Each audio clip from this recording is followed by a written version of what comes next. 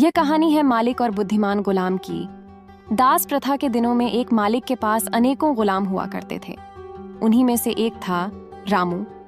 रामू था तो सिर्फ एक गुलाम, लेकिन वह बड़ा ही चतुर और बुद्धिमान था। उसकी ख्याति दूर दराज के इलाकों में फैलने लगी थी। एक दिन इस बात की खबर उसके मालिक को लगी। मालिक ने रामू को बुलाया और कहा, सुना है कि तुम बहुत बुद्धिमान हो। मैं तुम्हारी बुद्धिमानी की परीक्षा लेना चाहता हूं। अगर तुम इम्तिहान में पास हो गए तो तुम्हें गुलामी से छुट्टी दे दी जाएगी।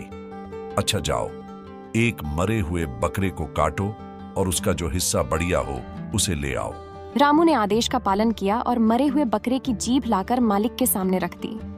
कारण पूछने पर कि जीभ ही क्यों लाया, रामू ने कहा, अगर शरीर में जीभ अच्छी हो तो सब कुछ अच्छा ही अच्छा होता है। अच्छा, इसे उठा ले जाओ और अब बकरे का जो हिस्सा बुरा हो उसे ले आओ।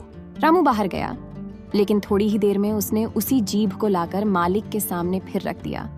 फिर से कारण पूछने पर रामू ने कहा, अगर शरीर में जीभ अच्छी नहीं तो सब बुरा ही बुरा है। मालिक, वाणी तो सभी के पास जन्मजात होती है, परंतु बोलना किसी किसी को ही आता है। क्या बोलें, कैसे शब्द बोलें, कब बोलें, इस एक कला को बहुत ही कम लोग जानते हैं। एक बात से प्रेम झड़ता है और दूसरी बात से झगड़ा होता है।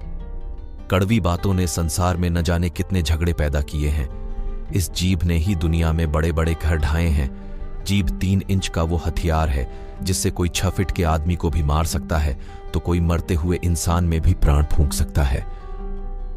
संसार के सभी प्राणियों में वाणी का वरदान मात्र मानव को ही मिला है। उसके सदुपयोग से स्वर्ग पृथ्वी पर उतर सकता है और दुरुपयोग से स्वर्ग भी नरक में परिणत हो सकता है। भारत के विनाशकारी महाभारत का युद्ध वाणी के गलत प्रयोग का ही परिणाम था। मालिक रामू की बुद्धिमानी और चतुराई भरी बातों को सुनकर बहुत खुश हुए। आज उनके गुलाम ने उन्हें एक बहुत बड़ी सीख दी थी और उन्होंने उसे आजाद कर दिया। इस कहानी से यह शिक्षा मिलती है कि मित्रों, मधुर वाणी एक वरदान है जो हमें लोकप्रिय बनाती है। वहीं कर्कश या तीखी बोली हमें अपयश दिलाती है और हमारी प्रतिष्ठा को कम करती है।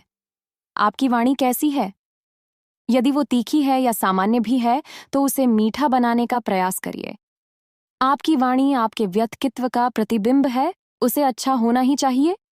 सदैव प्रसन्न रहिए। जो प्राप्त है पर्याप्त है।